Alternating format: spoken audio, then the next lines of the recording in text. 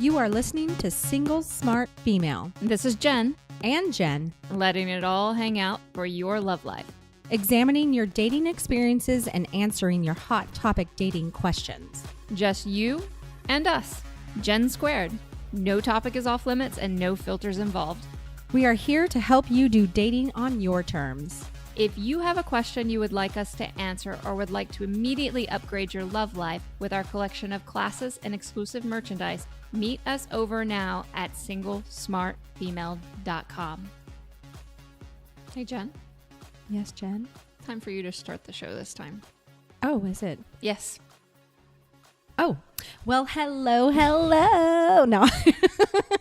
Hi, Single Smart Females. I'm so happy to have you with us today for a listener question. Yep. Guess what? What? My name's Jen. And my name is Jen. And we're Jen squared.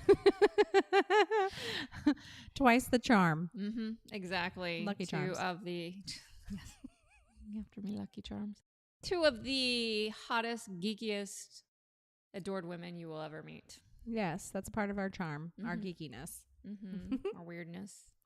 Right. Our what's up weirdness? All right, so we have a listener question today, and today it's my turn. I'm reading. Yay. Let me see. I can make it. This comes from Miss Is There Any Harm in Telling Him? And let me tell you that Miss Is There Any Harm in Telling Him? She likes to write.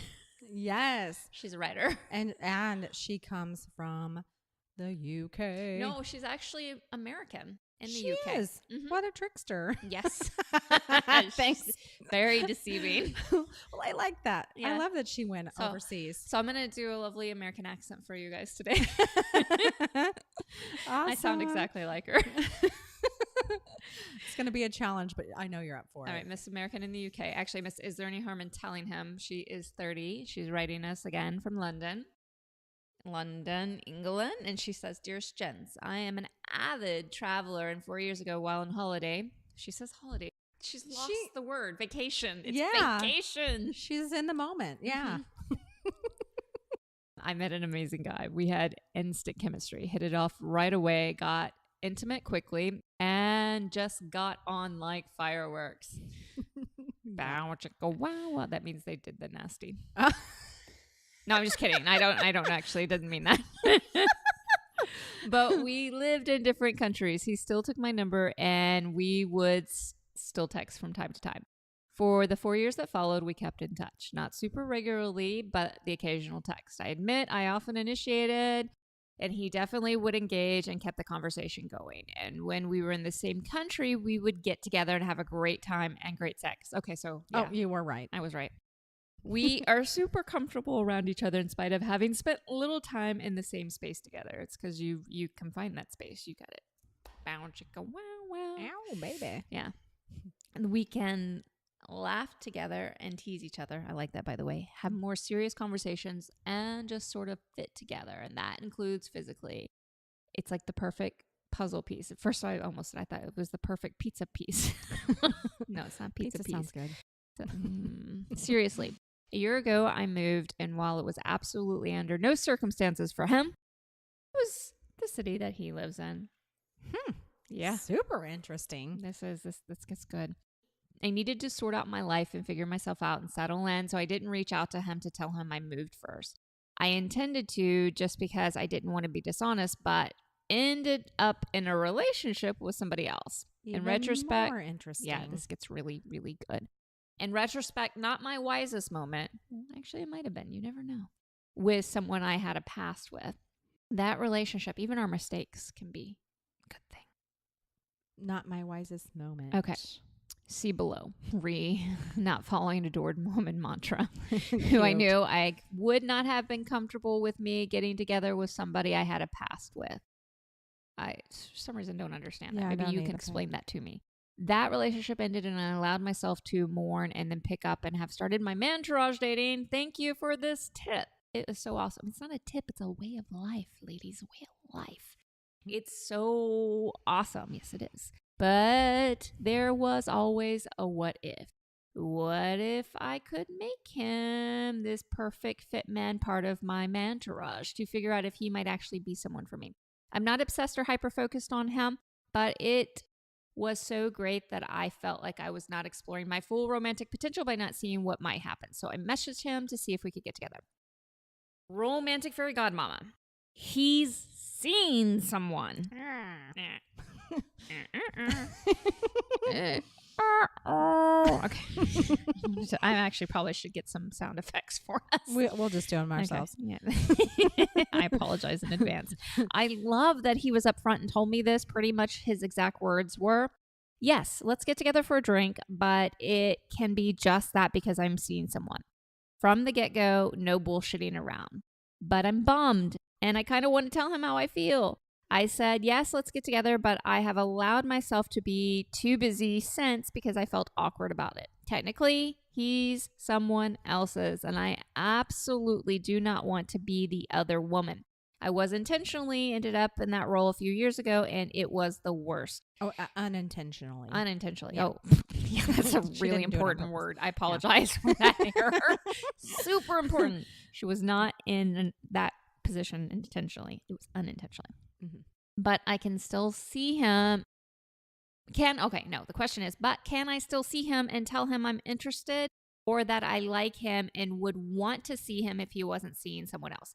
If he's happy and she's good to him, I'm happy for him. I think that he's a really good dude. Oh, thank God she's still American. She said dude. But if he's not, and if there might be something between us, is it so wrong for me to say something or to say something if he and this girl don't work out? I should add that he's British and I'm American. So there's a bit of a cultural difference in being open with emotions, feelings. I'm seeing other men. I'm not just hung up on this one guy. But I hate to think he's someone who might get away, who I might not be able to explore something more serious with now that we're finally in the same city because I didn't say anything. Anything else you would like us to know about your love life? Okay, she adds, I struggle with trust and intimacy because of a kind of not so great relationship in my early teens, 20s. I have overcome most of it, but have only recently found a way to trust men again. So for someone to get me to open up means a lot. This particular guy is one of the men that helped me gain my confidence in myself and has changed my life perspective about a lot of things. I'm trying to date multiple men to figure out what I want and explore who I am as a woman. I just moved to the new city and new country about a year ago. I am loving dating British men and various other accented gentlemen who have made their way to this fabulous town. I love them too. Amen. How long have you been single? She's been single for 8 months. And if I'm honest, I didn't follow your rules on becoming an adored woman. Back then, when she was dating her last boyfriend, we entered a relationship far too quickly and it fizzled. It was right after I moved and he was a friend of a friend, so I let him take control of where the relationship was going. And I own it 100%. I should have done it differently and have learned a lot since. Okay.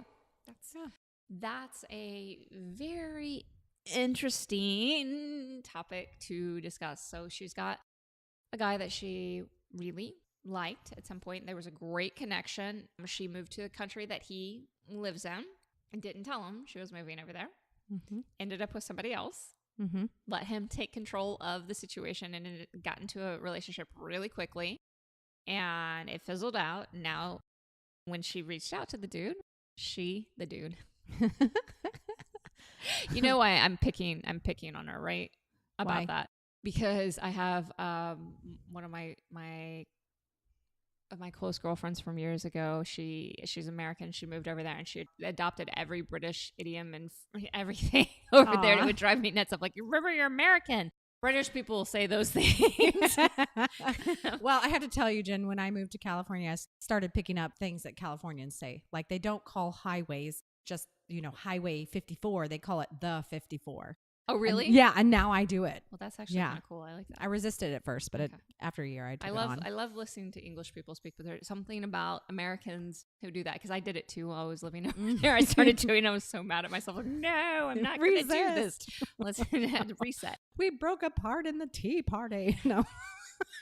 Which, by the way, for you ladies out there that don't know, my first marriage was to an Englishman. Interesting. So I do get some of the cultural differences, which we can speak to. Yes. In this.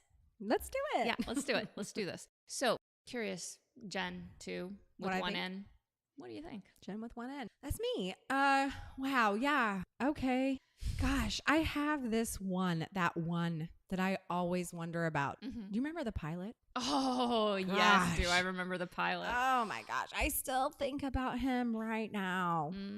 And I think, gosh, what would have happened? I met him before I moved away from my hometown, and I knew I was looking to move, and we went out on several dates, and he was just, I don't know, he made me weak in my knees. And then I moved, and we kept in touch here and there. And then I would go back for Christmas, and I'd reach out to him. We'd get together, but it just never went beyond that. But I still wonder about him to this day. So I can kind of relate to this. Let me get my head around this. What was the actual question here? Should she see him and tell him? Yes. Should she tell him? Yes. Should she tell him? Okay. And he's now in a relationship with another woman at this point. And she loves the fact that he actually was upfront with her about it. I love that too. Yeah, he's honorable. That's great. I love a guy that does that. And there are a lot of guys that will do that, and I find that very admirable in him, of course. Yeah. You kind of walk a little bit of a line there. You don't obviously want to interrupt or to disrupt someone's relationship, right? Obviously she said she was unintentionally in the other woman. Mm-hmm. Wait, okay. Oh, let me read that. This is actually an interesting story. She had found herself in a relationship with somebody that she later discovered had a serious girlfriend while they were hooking up. She felt so low and was so devastated, even though she didn't know about the woman. And she wrote the woman an apology letter for not having done enough to try to know about it and innocently betraying the sisterhood. And the woman actually told her to fuck off and continue dating him. I'm like, wow. Jeez. I'm proud of you for doing what you did to try to rectify the situation. So yeah, that is not a good feeling. No, it's not a good feeling at all. And she recognizes that and doesn't want to feel that again. So I'm curious, what would you do? Oh man, I miss that pilot.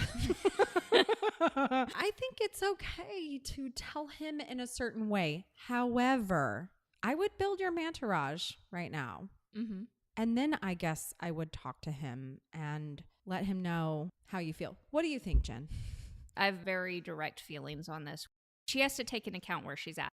If she knows she's going to have a really hard time if she goes and meets with him and it's going to tear at her, I wouldn't meet with him. But I do think it is okay to say in this situation and keep it very simple, to tell him, you know what? I really enjoyed the opportunity to get to know you. And I would never want to do anything that, and not that you would allow this anyways, but I would never want to do anything that says to you, I hope this doesn't work out for you and your girlfriend. Right. But I also recognize sometimes things don't work out. And I want to tell you, if at some point it doesn't work out with you, I would be interested in dating you again. Okay. Yeah. But only if it definitely doesn't work out. Let me make that very clear. And she could do that one or two ways. If she can't handle seeing him because, it's going to tear at her and it's going to keep her from focusing on her entourage, then she can just send it in a message. I think that's perfectly fine. Okay. And legitimately, you can conclude that statement with, I wish you the absolute best in everything. Okay. Right. But if you do want to go see him, I think it's okay to say that too. But you have to be willing, no matter what, even if he starts to come on to you, you have to draw that line. Because if you share that kind of information and he comes on to you, you become the other woman. And at that point, being the other woman, it's worse because at this point it's intentional.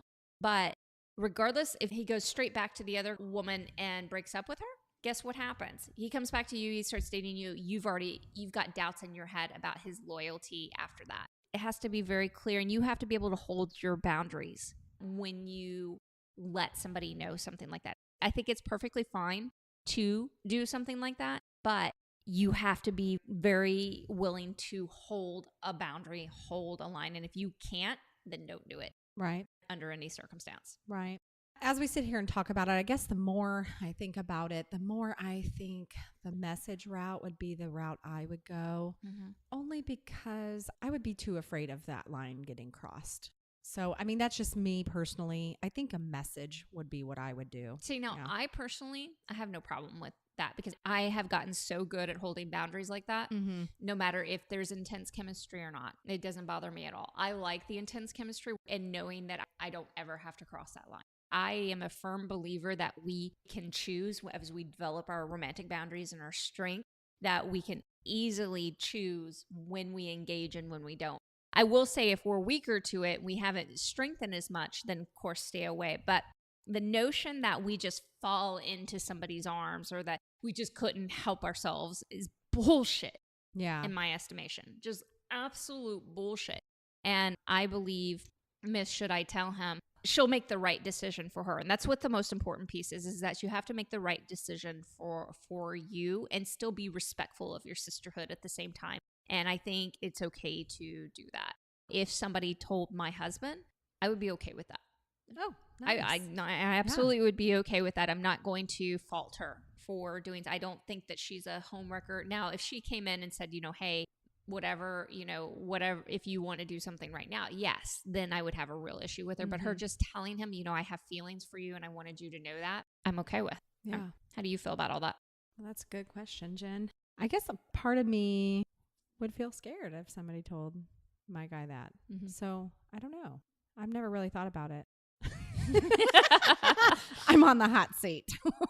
It's all you, Jen. But yeah, I mean, I guess, if you have a great relationship, there's no reason to be afraid. It is a flattering thing, and it doesn't mean anybody has to act on anything.